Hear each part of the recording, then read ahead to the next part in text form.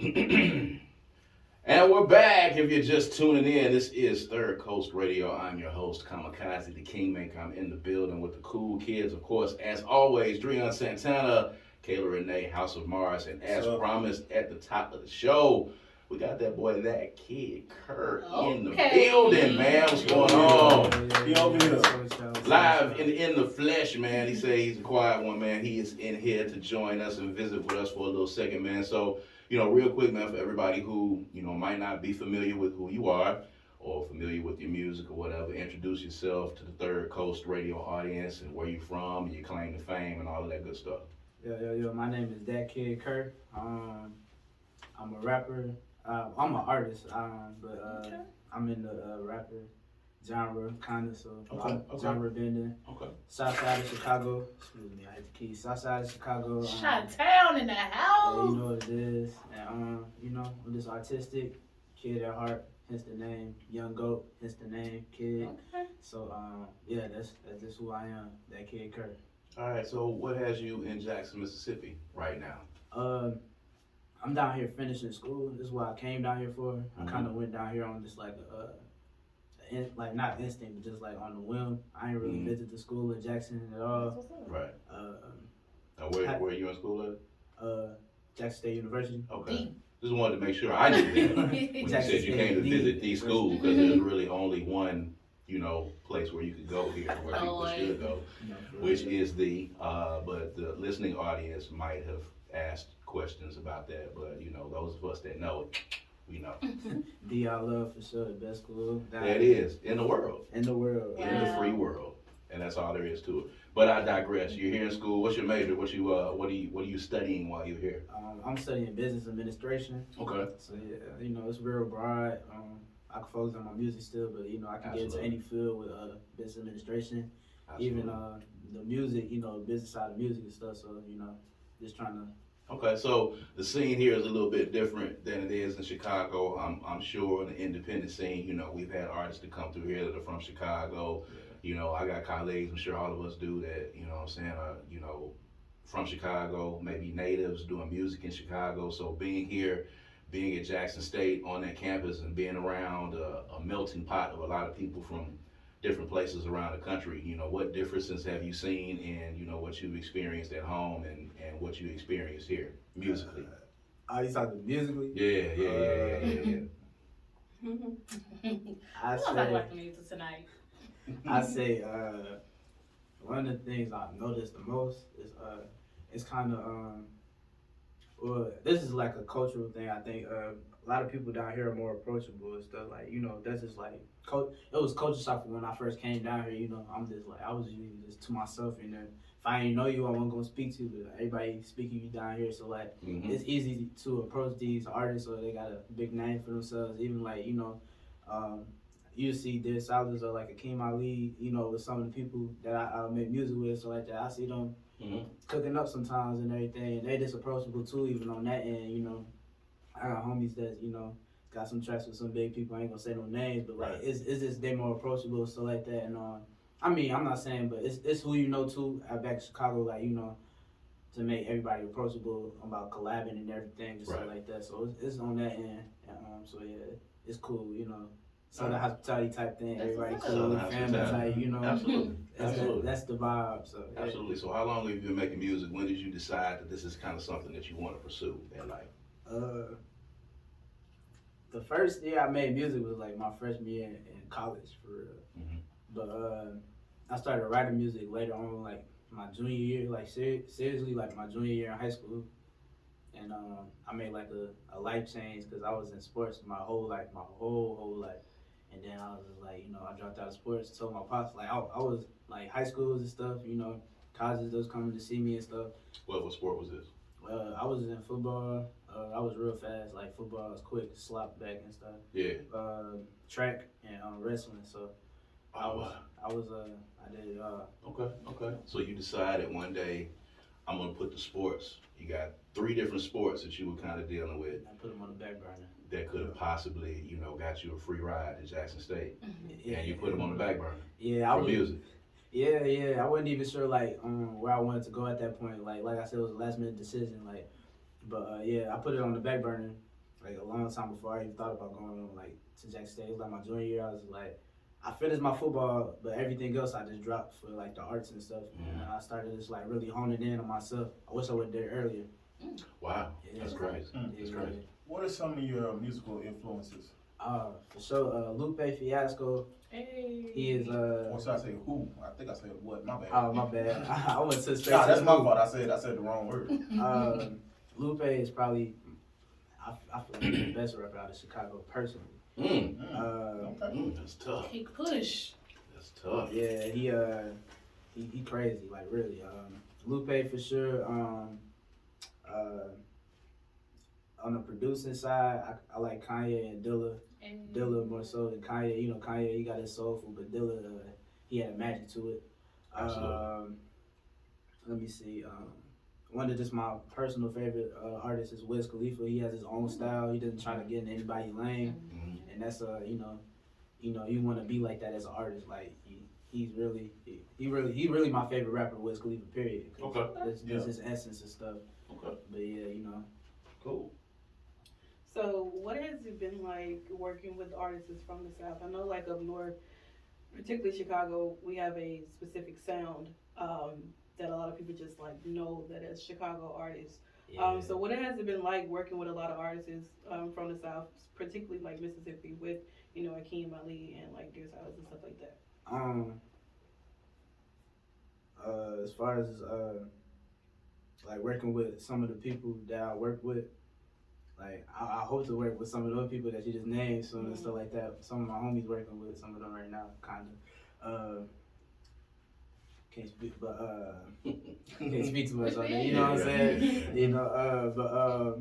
Like I said, like you just said, 'cause Chicago got a certain sound, especially like after like the drill scene like happened. I remember when it happened, like you really couldn't go anywhere without hearing drill music, and that's what like music turned. I remember the day, like not the day, but like the time when music turned. So like, it's kind of like if you weren't rapping about stuff like that, or like trying to get in the studio talking about like with a certain sound, and it's kind of like hard to like people take you seriously for real, cause like it was a certain wave of artists like at that time, but then like we got our Sabas and our Mick Jenkins and our Chance the Rappers and our No Names and stuff like that, and it was kind of like a resurgence of that the other side of the Chicago music and everything. So it got better, but like when I first started trying to what I'm saying, I had some homies that was talking about they was on that drill shit.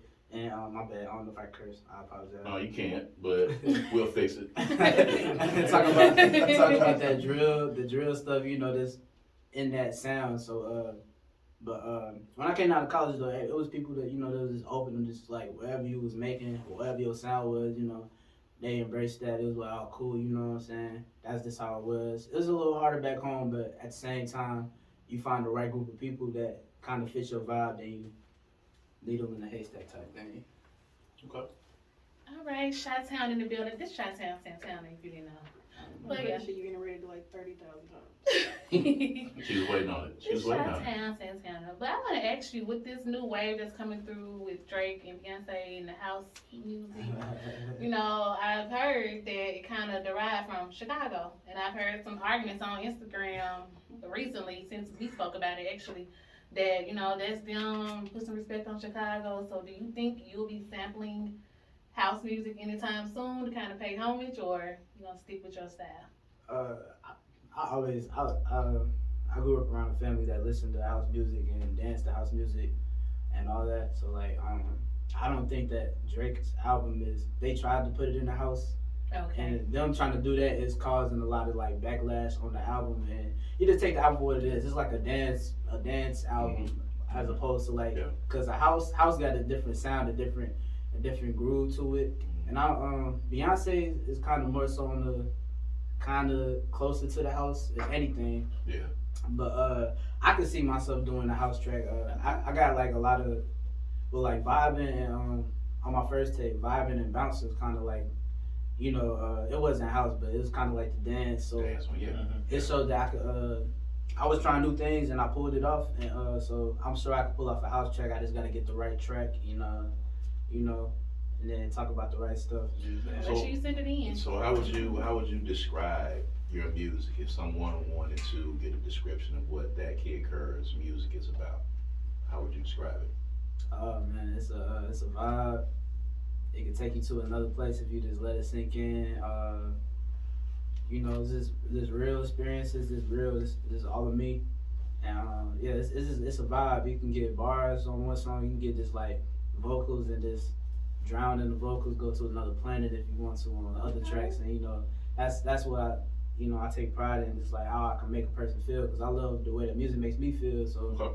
when I'm making music, I hope that it helps somebody too, just, I don't know, relax, do whatever they need to do. Cool. So speaking of that, speaking of vibe, going back to your performance at the Kickback, you incorporated some bubbles. You had, some Yeah. bubbles Hands like included. they're You had working. the crowd participation, and it kind of brought a different energy, to the crowd. I So they thought it kept was the something, bubbles. yeah, something new and something fresh Yeah. going on. So, talk about how you were inspired to add that to your stage show and what you think that represents as far as Tht Kid Ker's brand is concerned. Yeah, so I'm a fan of like true MCs and how they can take control of a room with just their voice and their stage presence, and how they can make a room theirs just off the the instrument that we were all given is your voice and yourself too. So you always, like, as an MC, to study in the game, depending on like whoever it is, like I don't know, I study like a whole lot of people, like even for instance Wu-Tang, I don't know how true it was, but like in the documentary, I was a fan before the little show came out.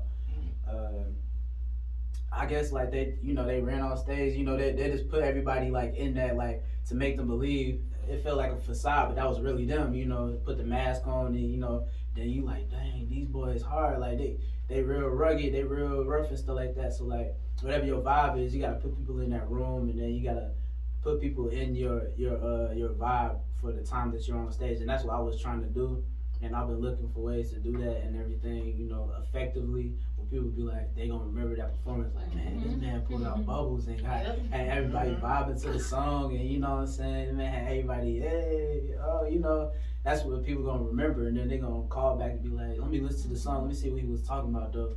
And then that's how you draw, man. You gotta draw everybody in. Absolutely. Oh, me? Okay. Going back to my bad. Going back to Chicago and performing. So you performed here. Have you performed in Chicago, or do you have aspirations of performing in Chicago soon? I was in the summer camp, so like my first time rapping, like I started rapping for real, like in college. So like releasing music and stuff like that. But I was rapping like talent shows, like at school and everything, and do that like before I just got like my confidence and I had my little rhyme book and stuff like that. But like my first track that I released was Away, which is like my freshman year in college. And so going back home, performing, everything, I never really caught it, because like when I dropped my first mixtape, it was 1999. When I was finna start performing, I was supposed to start performing out here. But then COVID happened, so it was just like real bad. So like my brother, he makes music too. He be performing, so like I intend to perform more like out in the city this upcoming summer or year, and just doing more shows out there. But I also did a summer camp. It's called Timeless Gifts, and I would rap with them in the city and stuff like that. So I'll do most of my rapping on stage would be with them in Chicago. We performed at the Dusable Museum. I don't know if y'all know what that is, but a lot of art safe havens in Chicago. We performed there. This young youth in Chicago and stuff like that. So I rapped on those stages. I did but like my own show and stuff like that, I have yet to. It's coming. It's coming. COVID set me back, man. Set everybody back. It's crazy, right? Yeah. So I know we on this whole music thing, but when you brought up wrestling, my ears lit up. So how did you like get into wrestling? Like in regards to like what made you actually want to do that? It was my football coach. It was like with sports, it was like my pops was always like advocate for like all the sports go hand in hand type thing. Like wrestling can segue stuff into football, track can segue stuff to football. The speed and just like change the speeds and everything. Wrestling, you know what I'm saying. So my pops was real big on that, and then my coach was also like, you know, to stay in shape for cause I was in varsity since I was a freshman, well, sophomore, playing sophomore football when I was a freshman, and then when I was sophomore playing varsity football. So I was always like more so on the elite side of the football. So like they always want to keep me like in there. So like I was really like in it, and I was doing 7-on-7 football, and I was just like, yeah, I was really in it. So that was like that change of pace was just real bad. So but yeah, that's how I got into it. My coach was like, stay in wrestling. I'll get you right for football. You know what I'm saying? Keep you ready. You know, so you'll be starting by the time you were junior and everything on varsity football. Cause I was already getting touches my sophomore year. Yeah. On varsity football, and you know we went to state, like, or not to state, conference champions. What high school is this? I went to Bloom. Yeah, Bloom High School. Yeah, they got me. They pulled me in. I was it was like a couple of schools that we was looking at, but they pulled me in. Okay. The best deal I got. Kind of like All American. They kind of recruited you a little bit. Yeah, All right. Get them over here. Mm-hmm. So musically, what's next for That Kid Ker, man? What can people be expecting on the music side, man? New project coming up. What you got happening? I'm actually working on a lot of big moves right now as far as like promotion and building the tape. My next tape probably gonna be out late fall. Yeah, it's gonna be called The Nostalgic KID, and yeah, so it's gonna be just real in depth, and it's kind of I kind of give you the gist of the tape, and I put a lot of work into it already. So I'm like, this next month is just gonna be studio promotion, getting all the artwork and the logistics done, and you know, all the paperwork and everything done. So like by the fall time, I can put everybody in that feeling, like going back to school, because it's gonna be. So the tape is just like me, like a high school day, like, you know what I'm saying, how my life in high school was, kind of, you know, or while I was younger and stuff, and just like the day to day, my thought processes and that everything, going to the mall, whether it was going to a mall, skipping a period, doing this or that, daydreaming in class, you know what I'm saying? So just like put everybody back in that mode, like, damn, I remember when I was doing this, Just a different flip on it, you know, a high school day, you know, so. Alright, so you got a title for the project yet again? Yeah, The Nostalgic KID. There you go. Yeah, the nostalgic KID, taking it back to high school days. Yeah. Give them Bloom? Yeah, for Bloom. I say it right? Come on now. Okay. If everybody, if folks want to get in touch with you, man, on social media, man, give them all of the social media handles, man, how they get you. Yo. My name is Tht Kid Ker. It's spelled THT KID KER. There it is. That Kid Ker right here in the studio, man. It's his Third Coast Radio. Of course, if you were at one of the last kickbacks, of course, he was on stage doing his thing. You saw him live. We had to get him in the studio, man, and talk to him about his music, because everybody was talking about the guy who had the bubbles on stage. So we definitely had to get him in here, man. So make sure y'all check out his music. Keep following him. Appreciate you for coming out. When his new music comes out, make sure you send it to us.